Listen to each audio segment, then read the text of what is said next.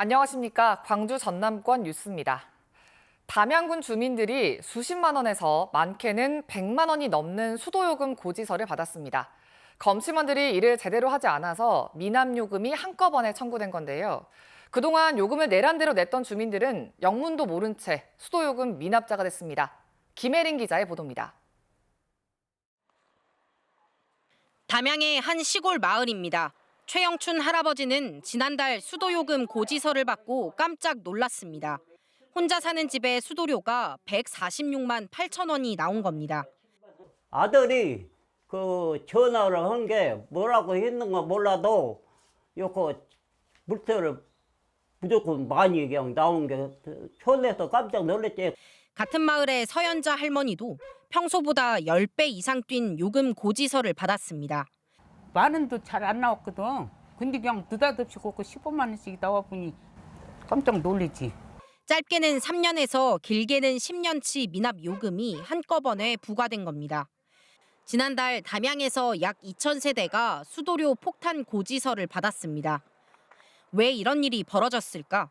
수도요금은 검침원들이 집마다 설치된 수도 계량기를 직접 보고 매기는데 검침원 5명이 수년간 현장에 가보지도 않고 3개월 평균치로 사용량을 기재한 사실이 밝혀져 뒤늦게 미납 요금을 청구한 겁니다. 심지어 일부 검침원은 수도요금을 대신 내달라며 준 주민의 돈을 중간에서 가로챈 것으로 확인됐습니다. 피해 액만 800만 원에 달합니다. 담양군은 감사로 이 같은 사실을 확인하고 검침원 5명을 중징계했습니다. 근무 태만한 검침원에 대해서는 저희들이 형사 고발을 할 계획으로 있고요. 또 그에 따른 민사상 손해배상 청구도 좀 추진할 계획으로. 10년치 미납액은 6억 원. 10년 동안 제대로 관리 감독이 안 됐다는 말과 다름없습니다. 담양군은 이중 법적으로 징수 가능한 최근 3년치 요금 2억여 원을 징수할 계획입니다. 요금을 내란대로 꼬박꼬박 냈던 주민들은 군청의 관리감독소 홀로 미납자 신세에 요금 폭탄 고지서를 받게 됐습니다. KBS 뉴스 김혜린입니다. 목포시 체육회가 회계 담당자인 A씨를 횡령 혐의로 전남경찰청에 고발했습니다.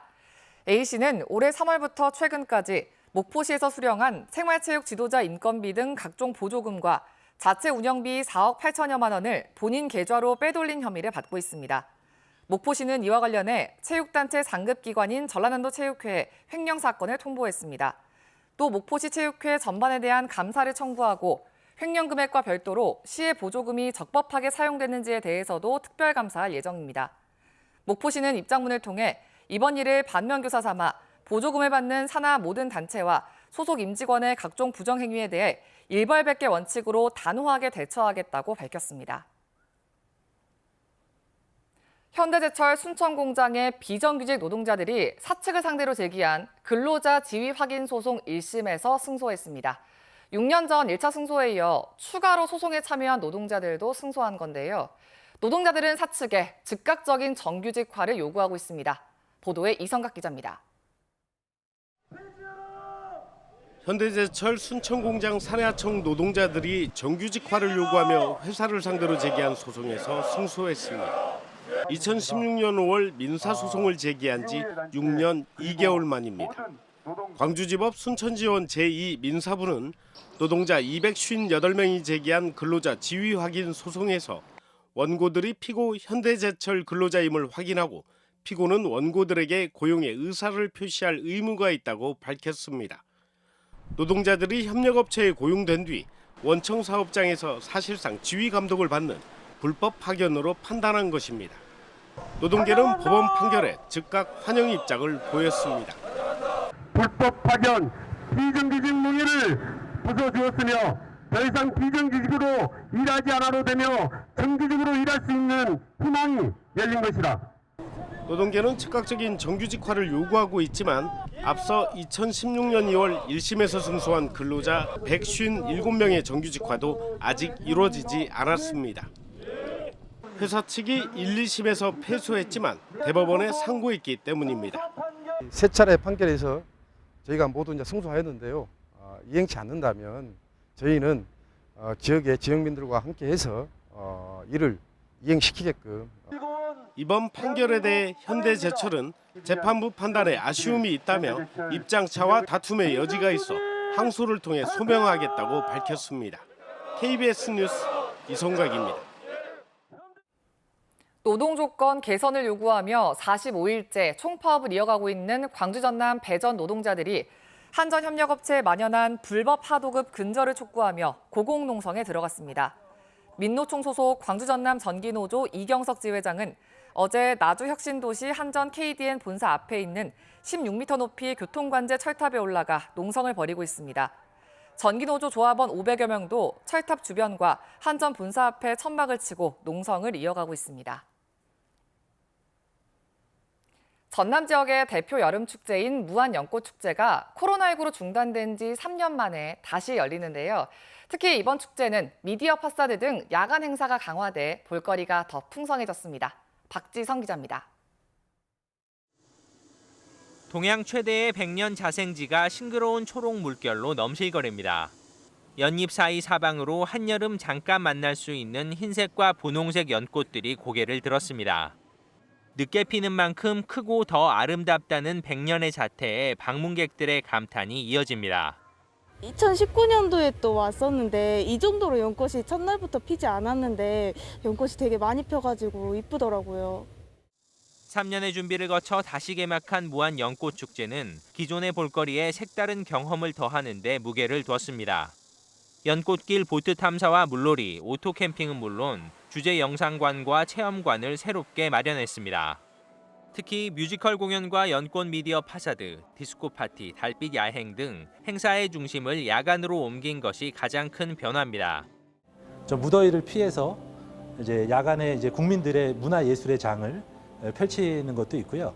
야간에 미디어 파사드부터 시작해서 좀 특별한 콘텐츠들을 보여주기 위해서 일요일까지 계속되는 이번 축제에서는 관람객들의 안전을 위해 현장에서 신속 항원 검사를 진행하는 등 방역도 강화됩니다. KBS 뉴스 박지성입니다. 여수의 한 어린이집에서 보육교사가 생후 20개월 여아를 때렸다는 신고가 접수돼 경찰이 수사하고 있습니다. 지난 19일 밤 여수시 미평동의 한 어린이집에서 생후 20개월 된 원생 A양이 보육교사에게 폭행을 당했다는 신고가 경찰에 접수됐습니다. 여수경찰서는 해당 어린이집 CCTV 영상을 확인한 결과 보육교사 2명이 식사 시간에 A양을 폭행하는 등 학대 정황이 포착돼 정확한 경위를 조사 중이라고 밝혔습니다.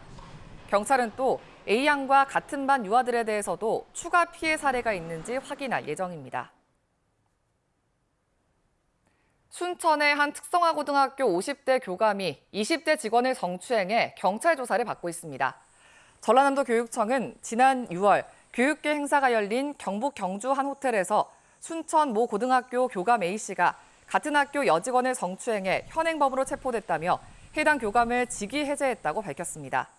이 학교에서는 또 60대 남교사가 남학생들에게 언어폭력과 함께 성추행을 했다는 신고가 접수돼 경찰 조사가 이루어지고 있습니다.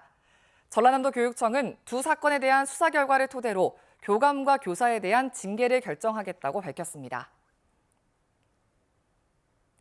편의점 직원을 묻지마 살해한 40대에 무기징역이 선고됐습니다. 광주지방법원 순천지원은 살인과 살인 미수 혐의로 구속 기소된 48살 A씨에게 무기징역을 선고하고 15년간 위치 추적 장치 부착을 명령했습니다.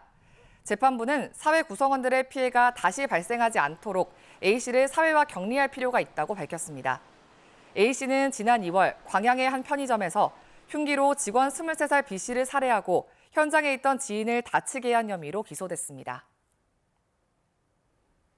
전라남도의회가 전남 도립대 방만한 운영을 질타하며 강한 구조개혁을 요구했습니다. 전경선 전남도의회 부의장은 기획행정위원회 업무보고에서 전남도립대는 전국 도립대 중 유일하게 정부의 일반 재정 지원에서 제외됐고 도 자체 사업으로만 재정을 충당해야 하는데 자구 노력을 하고 있는지 의문이라고 지적했습니다. 또 차영수 의원도 부실대학이라는 이미지가 각인되고 있다며 경쟁력을 높이기 위한 현실적인 대책을 마련하라고 질타했습니다.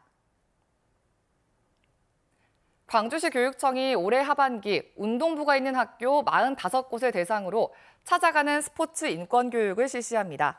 시 교육청은 올해 인권교육은 학생 선수뿐 아니라 운동부 지도자와 학부모도 참여해 인권 침해를 사전에 예방하는 한편 웃음 치료 활동도 함께 진행한다고 밝혔습니다.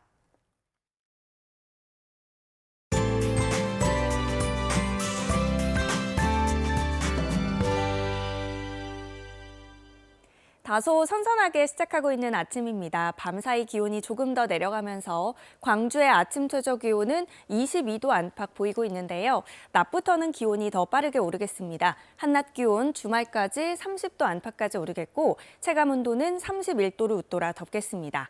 또 오늘은 소나기가 주말 사이에는 다시 곳곳에 장맛비가 내리겠습니다. 우선 오늘은 대체로 맑겠지만 오전에는 전남 서부 지역에, 오후에는 전남 동부 내륙 지역에 소나기 구름이 잠시 지나겠는데요. 5에서 40mm가 예상됩니다. 본격적인 비는 토요일 저녁부터 시작되겠습니다. 일요일 오후까지 이어지겠고요. 예상 강수량은 10에서 50mm입니다. 다음 자세한 지역별 날씨입니다. 아침 기온은 광주 22도, 장성 21도로 어제보다 1, 2도가량 낮아 비교적 선선하고요. 한낮 기온은 30도 안팎까지 오르겠습니다. 여수의 낮 최고 기온 30도, 광양 31도 등으로 어제와 비슷하거나 1에서 5도가량 높겠습니다. 목포의 낮 최고 기온 28도, 무안 29도, 강진 30도까지 오르겠고요. 신안을 비롯한 도서 지역은 28도에서 29도가 예상됩니다. 바다의 물결은 남해서부 먼바다에서 최고 2.5m로 다소 높겠습니다. 주말까지 예년 이맘때와 비슷한 기온 보이겠고요. 다음 주에 기온이 서서히 오르겠습니다. 날씨였습니다. 뉴스를 마칩니다. 시청해주신 여러분 고맙습니다.